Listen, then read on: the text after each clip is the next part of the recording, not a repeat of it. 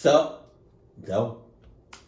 Today, I'm going to share with you 3 progressively more disturbing stories, and at the end of each of them, I'm going to share with you the video that is famously associated with them. But before I get into today's stories, if you're a fan of the strange, dark, and mysterious delivered in story format, then you come to the right channel, because that's all I do, and I upload 3, 4, even 5 times every week. So if that's of interest to you, the next time the like button asks you for a particular link, send them a link to Rick Astley's Never Gonna Give You Up and disguise it as whatever it is they're looking for.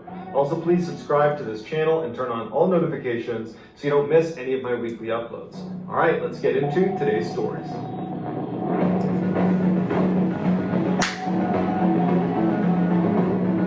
Dice roll. Dice roll. Shit.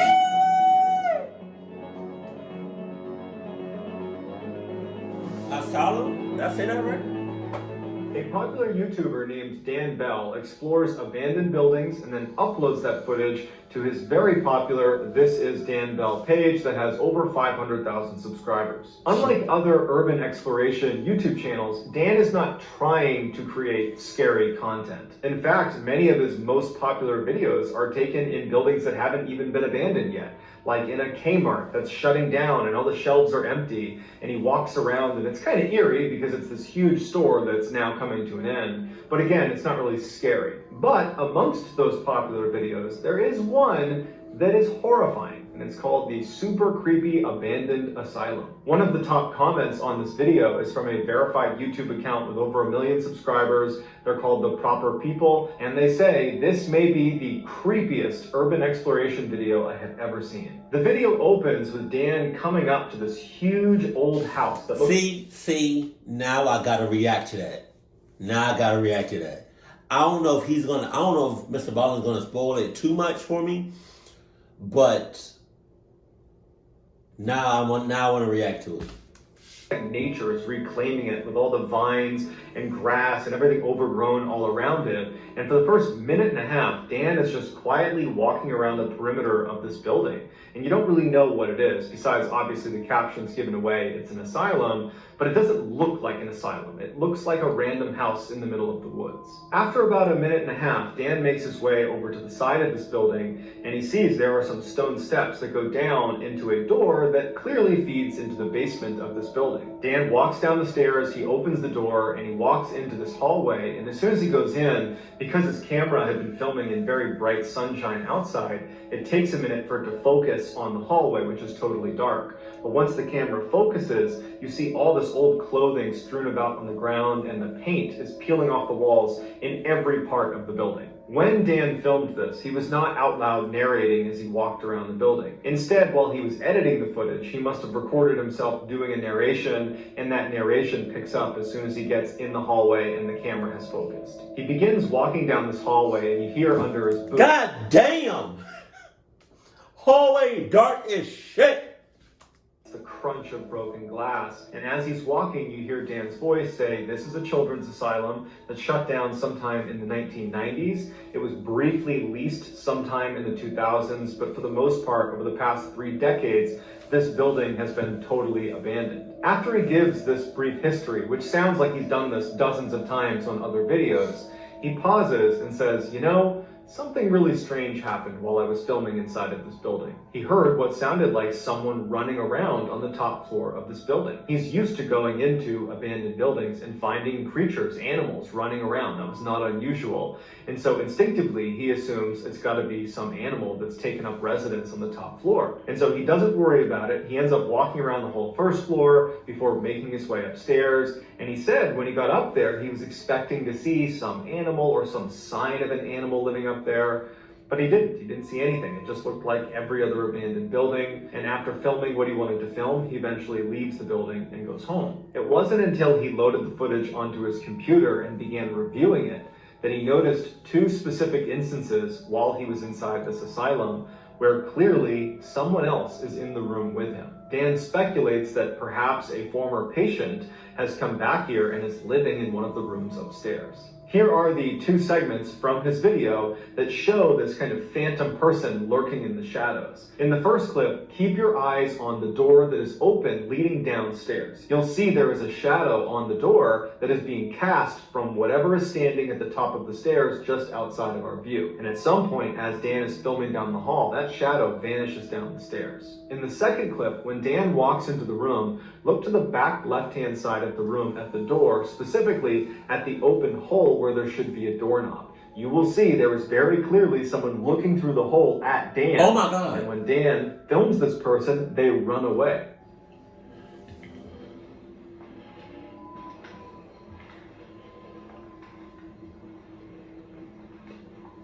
Oh, I saw it. Oh God. God damn.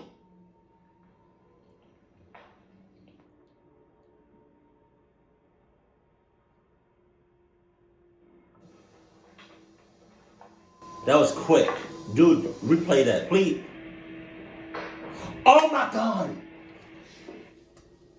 Oh. Missy Beavers was a wife, a mother of 3 girls, and a hardcore fitness instructor. She lived in Midlothian, Texas, and she taught a fitness boot camp out of a local church at least one day a week, every week. Missy was extremely bubbly and outgoing, and everybody seemed to really like her, and her personality really shined on social media, where she was an avid Facebook user, often posting multiple times a day, every day of the week. Missy would post information about upcoming fitness classes, either that she was teaching or that she was simply participating in. She would also post her own fitness regimen and her diet. She was very focused on health. She also shared fairly personal things, like pictures of her family and where they were going and what they were up to. And she left her personal cell phone right on her Facebook page. So clearly, Missy was fine with kind of being out there. On April 17th, 2016, there was a weather report that came in that the next day there was going to be really, really heavy rain, in particular in the morning. And Missy's class was scheduled for the next morning at 5 a.m. and she started getting calls and text messages from the people who were going to that class asking, is this class still going to happen? By 7:55 p.m. that night, so many people had asked about it that she decided to just put a public post on her Facebook page addressing the weather. And it just said, if it's raining, we're still training, no excuses, you are gladiators. On the post, she included directions of how to get to the church, where this class was going to be in the church, what time they were starting, and what they could expect. Later that night at 9:23 p.m., she did another Facebook post that said, going to bed, I have to get up tomorrow at 3:30. The next day at 4:16 in the morning, a street security camera picked up Missy pulling into the church's parking lot. Even though her class didn't start until 5 a.m., she liked to get there early to make sure the classroom was set up and to warm up a little bit and make sure she was super motivated and cheerful as soon as they walked in. The security cameras inside the church captured Missy walking in through the front doors at 4:20 in the morning. Then, just before 5 a.m., the first couple of students arrived at the classroom and they walk in to find Missy laying on the ground, bleeding from her head, totally unresponsive. Oh my God. They call 911, police and paramedics show up, and as soon as they get there, they pronounce Missy dead. Jesus. Initially, there was some speculation that she might have fallen and hit her head, but they noticed all these puncture marks in her head that looked intentionally inflicted, like someone had struck her. And later, when they reviewed the security footage from inside the church, it was confirmed that she definitely was murdered. Earlier that morning at 3:50 a.m., so 26 minutes before Missy arrives in the church parking lot, an unknown figure wearing police tactical gear from head to toe breaks into the church. From 3:50 in the morning when they first get inside the church to 4:20 in the morning when Missy walks through the front doors, this unknown figure just kind of strolls casually up and down the halls of this church. It looked like they were carrying a hammer or perhaps a crowbar, and periodically, as they're kind of casually walking down the hall, they would turn to a window of a door and they would break it with whatever they're holding in their hand, and then they would just keep walking on. Like there was no reason for them to break the window, they're just bored. And this was actually an important point that police would make about this footage.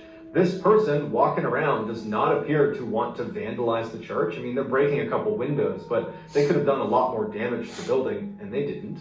They don't appear to be looking to steal anything. And in fact, later, police would confirm that nothing was stolen. What it looks like they're doing is just kind of wasting time. Like they have some clear objective for being here, but they can't do it quite yet. They're waiting for a trigger of some kind. And it would turn out that that trigger was Missy walking through those doors at 4:20 in the morning. morning. As soon as Missy made her way into the classroom, the assailant followed her and proceeded to beat her to death with whatever they were holding in their hand. By the time police arrived a little after 5 a.m., the suspect was long gone. Initially, police believed it was going to be fairly easy to identify who killed Missy. The person on camera wearing the tactical gear had a very distinctive gait with their feet turned out, and they walked with a bit of a limp, and they had very slouched posture. And the police figured as soon as we put this surveillance footage out in the public domain, someone's going to come forward and say they recognize this person. But despite the hundreds of leads that poured in from people after watching this video saying, oh yeah, I know this person, well, the police checked into all of them and they all checked out. Everybody had an alibi. And so years later, the police are still not able to identify who killed Missy or why,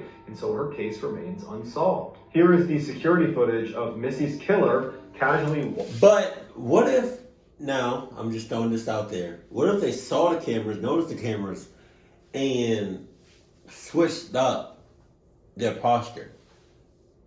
You said, like somebody, if, hypothetically speaking,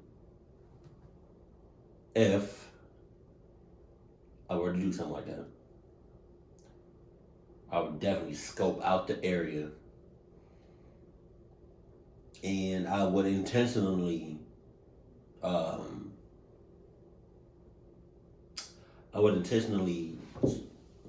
switch up my posture, how I walk, how I act,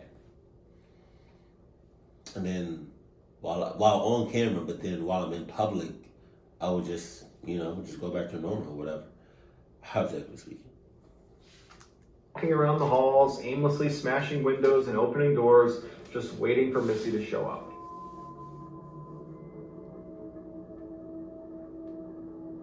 Jesus. So I wonder if it was somebody else. I wonder if it was somebody else, if they would have done the same thing.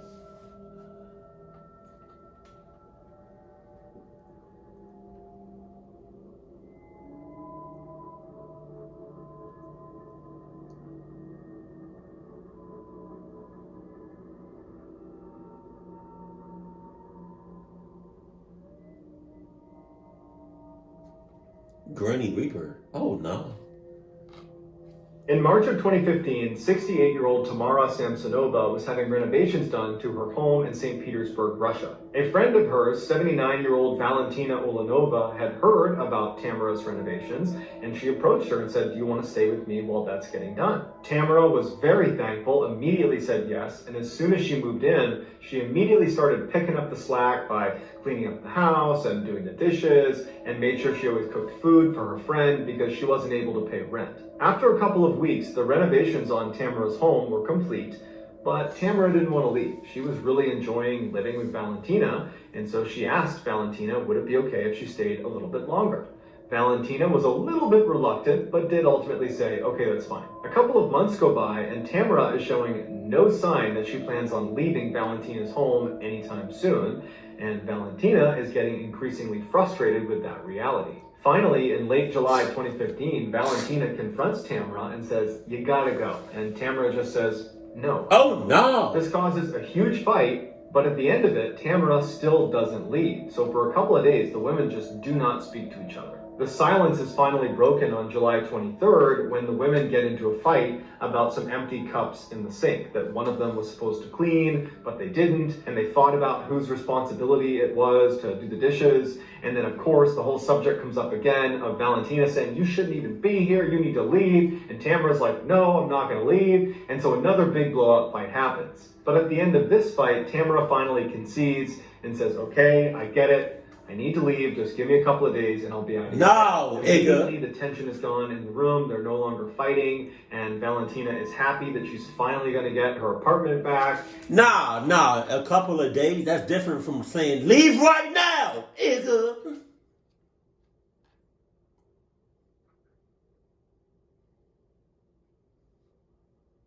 Or not, and I just cluck you up in the process.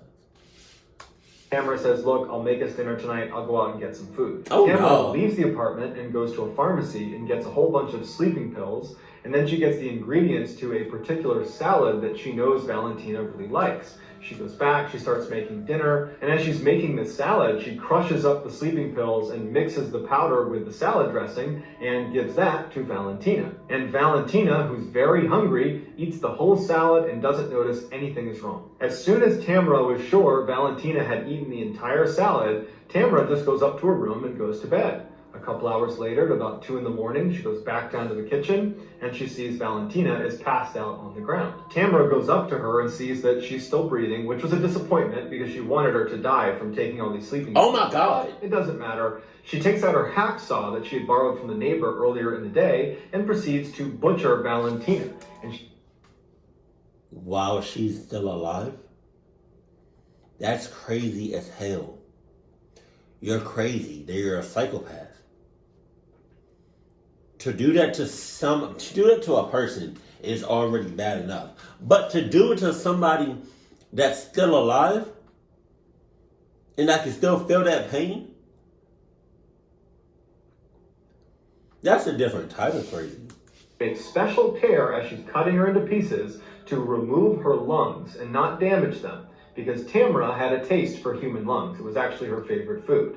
She took Valentina's head and she put it into a big pot of water and began boiling that to eat it. The rest of her was cut up into as small of pieces as she could get them and then wrapped in a shower curtain and placed in various bags. As Valentina's head and lungs are being cooked on the stovetop, Tamara begins making dozens of trips from the apartment down the stairs, out the front door, all the way down to a lake that was near their property where she would dispose of the body parts before coming back and getting more. Valentina's hips and legs were apparently too heavy to haul all the way down to the lake, so she took them to a nearby forest. Tamara's final trip sees her carrying a big silver pot, inside of which is Valentina's head, or at least whatever is left of it after Tamara was done eating it. Oh my God. 4 days later, on July 27th, a young couple that was living in the same apartment complex as Tamara and Valentina were out for a walk with their dog out near that lake. And as they're walking, their dog takes off running and stops in front of this huge bag that it's sniffing and pawing and trying to open. And the owners of the dog try to call it back, but they can't get it to get away from this bag. And so the owners walk over and they kind of poke the bag. They can see it's pretty heavy, and they open it up and they find a human torso, and it's Valentina's. When the police show up, the first thing they do is they go to Valentina's apartment, and they're surprised to find Tamara living there. And they're kind of sensitive with her, and they say, your friend, your relative, was just found deceased, and we need to look around the apartment. Tamara was completely indifferent. She did not care. They had just discovered her body, and she didn't care that they were searching the apartment. It was like she knew someday this was going to happen. During the search, the police officers quickly find blood all over the bathroom and in the kitchen. They even find the hacksaw she used that's got blood on it. And they find Tamara's diary that's sitting next to this book about black magic. And the police are horrified when they see that the diary contains meticulous notes that Tamara had kept of all of the ritualistic killings she had perpetrated over the past 20 years. And there was 14 of them. And almost all of them were motivated by Tamara's desire to cast spells that she apparently was reading about in these black magic books she had. And virtually all of these spells required human flesh or other human components. And so she would kill these people, she would use their bodies to cast these spells, and then afterwards she would consume them. Not because that had anything to do with the spell, but because she liked the way people tasted, in particular, human lungs. The police arrest Tamara, who doesn't put up a fight. She says, yep, you got the right person. I did all this. While Tamara was on trial, she seemed like she was in a great mood. She told the judge, I hope you give me a really severe punishment. I expect to die in prison. She was seen blowing kisses to reporters. It was like she was just totally out of touch. Or maybe she literally knew this was going to happen and just didn't care anymore. Tamara, who would be nicknamed the Granny Ripper by newspapers over the course of this trial, was given a life sentence, and to this day, she is still sitting in jail. Here is the surveillance footage of Tamara disposing of Valentina's body, as well as some shots of Tamara during her trial. Jesus.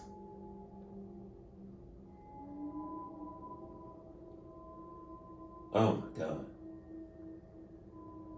Oh my God.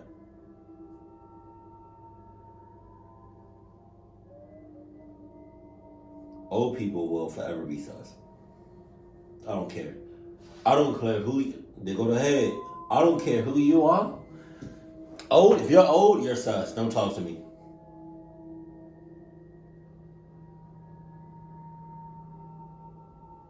Oh my God. Like I said, old people will forever be sus. I don't give a cluck who you are.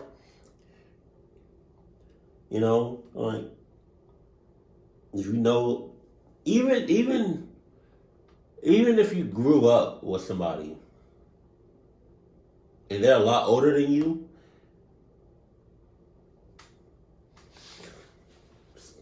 you try to cut all ties. So he kind of spoiled the first video, which I kind of want to react to now.